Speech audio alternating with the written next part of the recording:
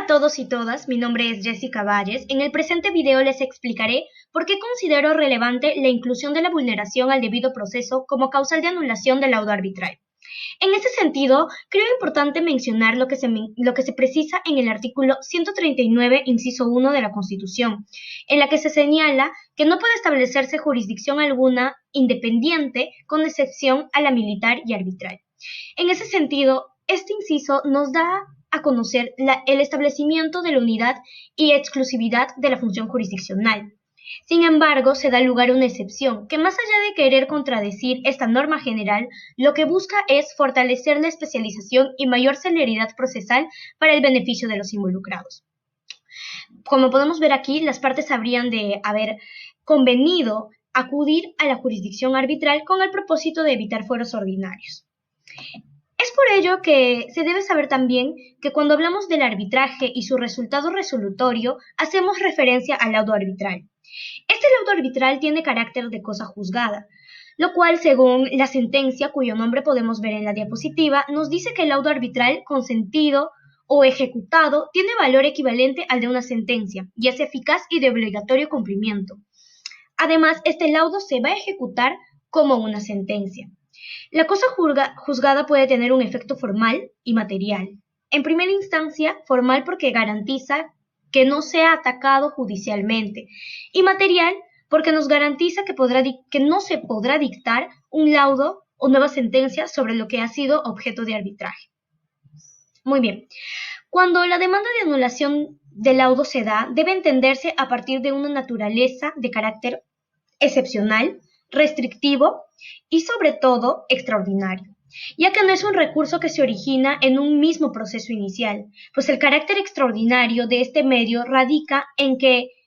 después del proceso arbitral, después de que haya culminado con una sentencia firme y con autoridad de cosa juzgada, este medio iniciaría un proceso distinto de manera independiente. Asimismo, es necesario precisar que la interposición de la demanda se debe ver motivada en cuestionar errores de vicio cometidos durante la aplicación de normas de sentido procesal. Por tal motivo, se comprometen aquellas actividades que podrían poner en desventaja las garantías del debido proceso y de la tutela de la jurisdiccional, o si no también el derecho a la defensa. Al ser este un medio impugnatorio del derecho del debido proceso, y ser extraordinario, esta revisión ex post no podrá analizar cuestiones de fondo. Sin embargo, considero que se debería reconocer como causal de anulación del laudo al derecho fundamental al debido proceso.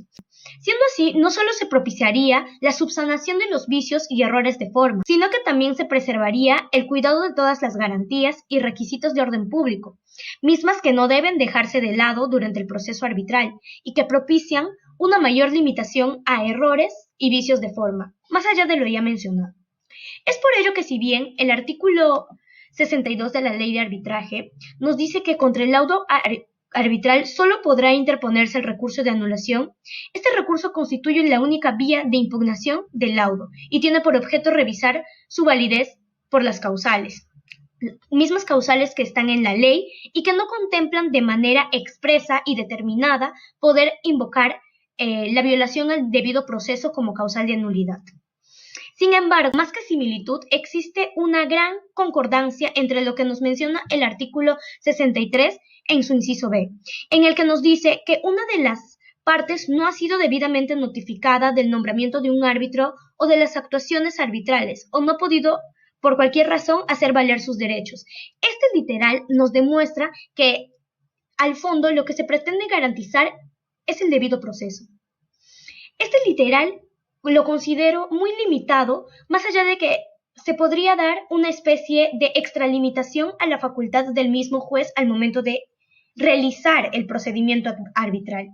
En ese sentido, debemos recordar que la misma Constitución considera este derecho al debido proceso como un criterio de obligatorio cumplimiento, lo cual nos expresa la búsqueda de justicia en las gestiones de un proceso, pero que además va más allá de solamente la protección del literal que ya mencioné, pues a pesar de que se ha dejado clara la necesidad de salvaguardar la protección de este derecho, considero que debería ser mucho más amplio el nivel de protección de la misma, por lo que debería darse de manera textual y clara en la misma ley dentro de los mismos literales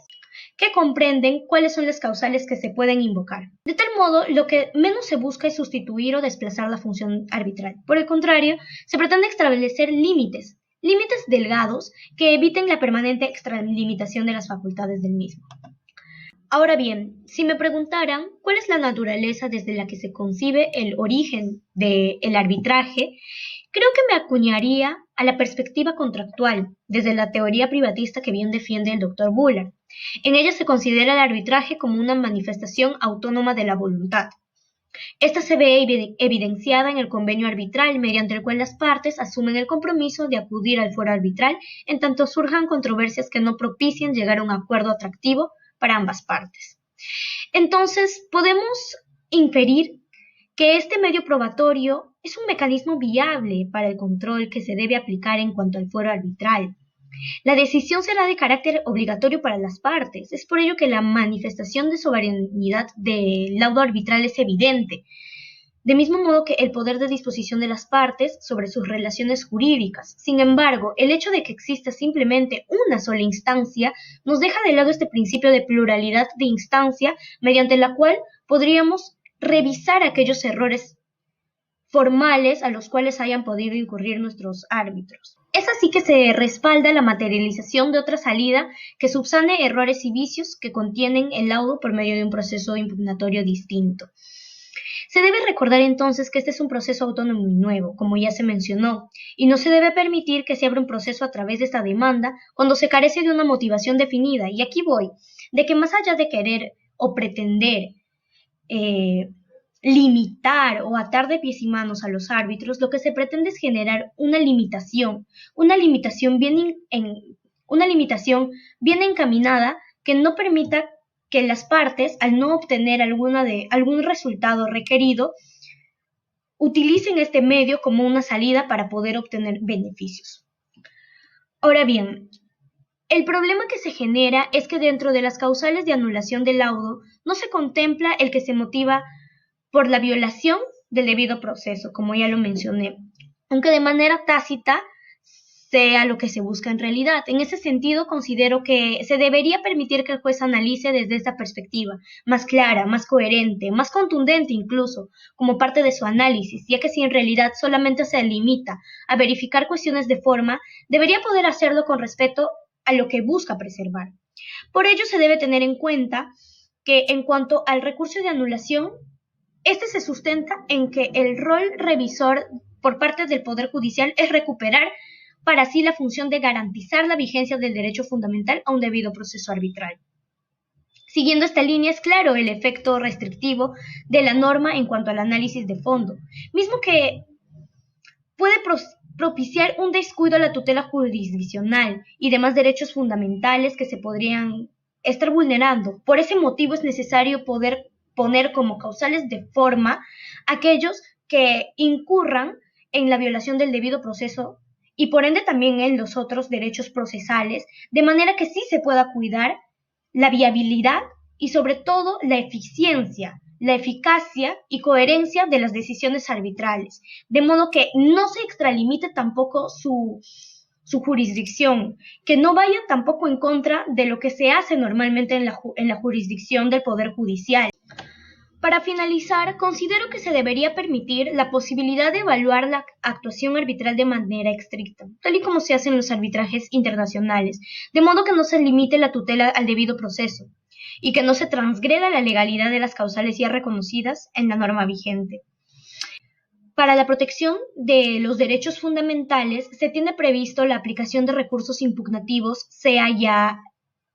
la anulación del laudo y el amparo. En este caso, la anulación del laudo debería ser un poco más clara y específica en cuanto a las causales que se ven contempladas en su ley, porque más allá de permitirnos una esfera en la cual tengamos las causales bien establecidas, nos da una brecha muy limitada para poder tutelar estos derechos que, si bien no pueden ser revisados en segunda instancia, puedan serlo de manera restrictiva, claro está, y sin dejar de lado la independencia del fuero arbitral,